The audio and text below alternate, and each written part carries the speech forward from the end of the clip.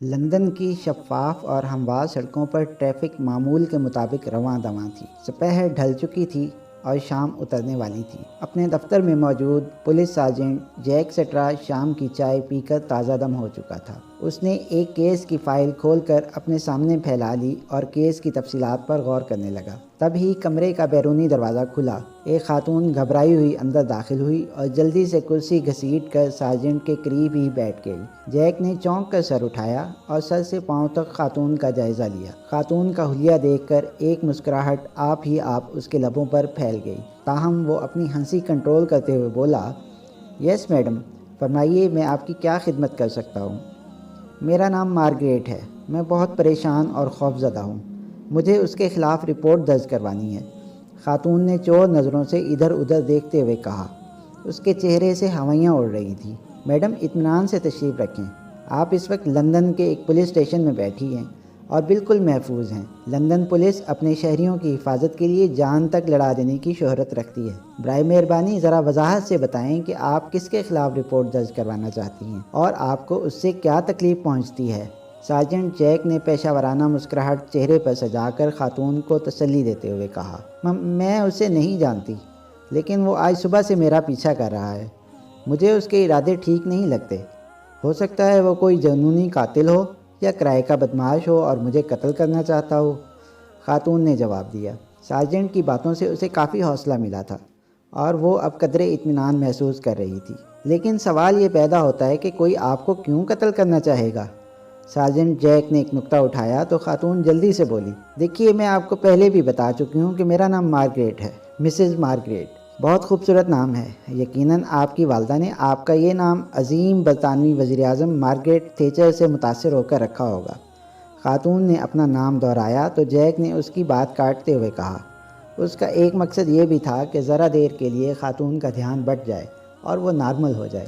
نہیں، میری ماں نے تو میرا نام مریم رکھا تھا، لیکن میں نے خود ہی تبدیل کر کے مارگریٹ رکھ لیا ہے۔ مارگریٹ تھیچر واقعی عظیم برطانیہ کی قابل فخر خاتون تھی۔ جیک کا تیر نشانے پر لگا تھا اور خاتون نے بات کاٹنے کا برا نہیں منایا، بلکہ فخر سے اپنے نام کی وجہ بھی بتا دی۔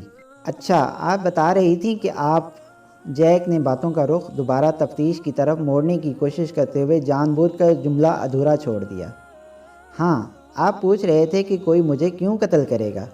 یہ تو مجھے نہیں معلوم، بلکہ وجہ معلوم کرنا آپ کا کام ہے۔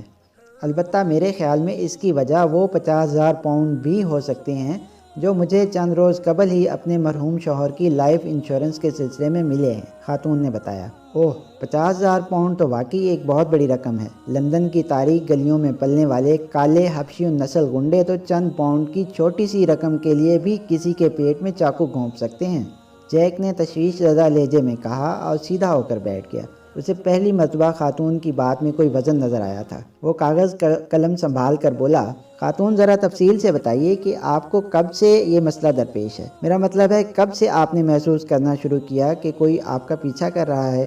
آج دن کے 11 بجے سے، خاتون نے جھجری لیتے ہوئے کہا اور مزید بولی، آج صبح جب میں سٹائلش بیوٹی سیلون سے تیار ہو کر نکلی اور قریبی شاپ سے کولڈ ڈرنک لینے لگی تو سامنے لگے آئینے میں پہلی مرتبہ اسے دیکھا۔ وہ بھی میری طرف دیکھ رہا تھا۔ دوسری مرتبہ جب میں ایک بینک کی ATM مشین سے رقم نکلوا کر باہر نکلی تو کیبن کے شیشے والے دروازے میں اس کا عکس تھا، تب بھی وہ میری ہی طرف متوجہ تھا۔ میں گھبرا گئی۔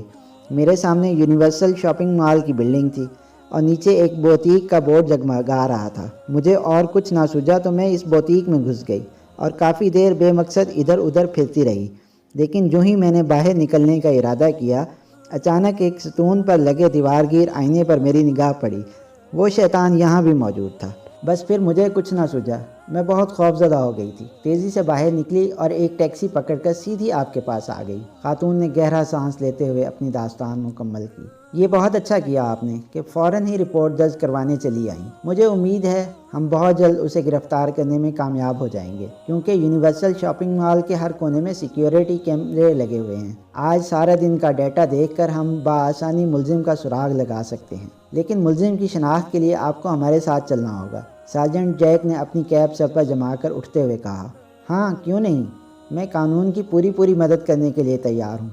خاتون بھی جیک کے پیچھے پیچھے اٹھ کھڑی ہوئی۔ تھوڑی ہی دیر بعد وہ دونوں پولیس کی گشتی کار میں سوار ہو کر یونیورسل بلڈنگ کی طرف اڑے جا رہے تھے۔ لندن کی سڑکوں پر شام اتر آئی تھی۔ خود کا اسٹریٹ لائٹیں روشن ہو چکی تھیں اور چوراہوں اور بلڈنگوں پر لگے برقی اشتہاری بورڈ بھی جل اٹھے تھے۔ 15 منٹ کے بعد وہ دونوں بلڈنگ کے سامنے پہنچ گئے اور سارجنٹ جیک گاڑی سے اتر کر لمبے لمبے قدم اٹھاتا اس بوتیک میں داخل ہو گیا جس کے ماتھے پر لگے ایک بورڈ پر یونیک چوائس کے الفاظ درج تھے۔ مارگریٹ بھی اس کے پیچھے پیچھے شو روم میں داخل ہو گئی۔ سارجنٹ جیک مینیجر کی میز تلاش کر رہا تھا تاکہ اسے سیکیورٹی کیمروں کی ریکارڈنگ حاصل کرنے کے بارے میں بات کر سکے کہ اچانک پیچھے پیچھے آتی مارگریٹ نے اس کا بازو پکڑ کر زور سے دبایا۔ جیک نے چونک کر پیچھے مڑ کر دیکھا۔ مارگریٹ کے چہرے پر خوف کے تاثرات پھیلے ہوئے تھے اور اس کی ہوائیاں اڑ رہی تھیں۔ کیا ہوا میڈم؟ خاتون کو تشویش میں مبتلا دیکھ کر جیک بھی پریشان ہو گیا۔ وہ ابھی بھی یہاں موجود ہے، مارگریٹ نے سرگوشی کی۔ اوہ، لیکن کہاں؟ جیک نے دھیمی آواز لیکن پرجوش لہجے میں پوچھا۔ وہ سامنے آئینے میں دیکھیے، خاتون نے ایک طرف اشارہ کرتے ہوئے کہا۔ جیک نے اس سمت دیکھا اور حیرت زدہ لہجے میں بولا، لیکن وہاں تو صرف میں اور آپ۔ اور پھر وہ جملہ ادھورا چھوڑ کر کھلکھلا کر ہنس پڑا اور نان سٹاپ ہنستا ہی چلا گیا۔ خاتون حیران تھی کہ سارجنٹ کو اچانک کس بات پر اتنی ہنسی آ رہی ہے۔ تب جیک اپنی ہنسی کنٹرول کرتے ہوئے بولا، میڈم آپ کے پاس آپ کا شناختی کارڈ ہوگا، ذرا دکھائیں۔ مارگریٹ نے کچھ نہ سمجھتے ہوئے اپنے پرس میں سے اپنا شناختی کارڈ نکال کر جیک کی طرف بڑھا دیا۔ شکریہ میڈم، جیک نے کارڈ پکڑتے ہوئے کہا اور اس پر لگی مارگریٹ کی تصویر کی طرف اشارہ کرتے ہوئے بولا، آپ کا دشمن کوئی اور نہیں، خود آپ ہیں، اور شیشے میں نظر آنے والا اجنبی بھی کوئی اور نہیں، خود آپ ہی کا عکس ہے۔ آپ نے مردانہ سوٹ پہنا ہوا ہے اور سر کے بال بھی بوائے کٹ ہیں۔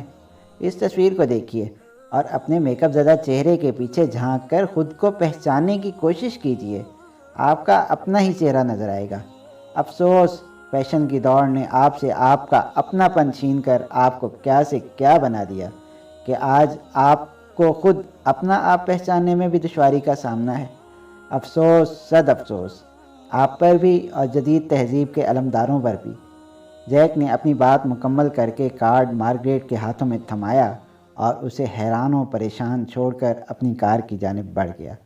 مارگریٹ شرمندہ شرمندہ نظروں سے کارڈ پر لگی اپنی تصویر کو دیکھ رہی تھی۔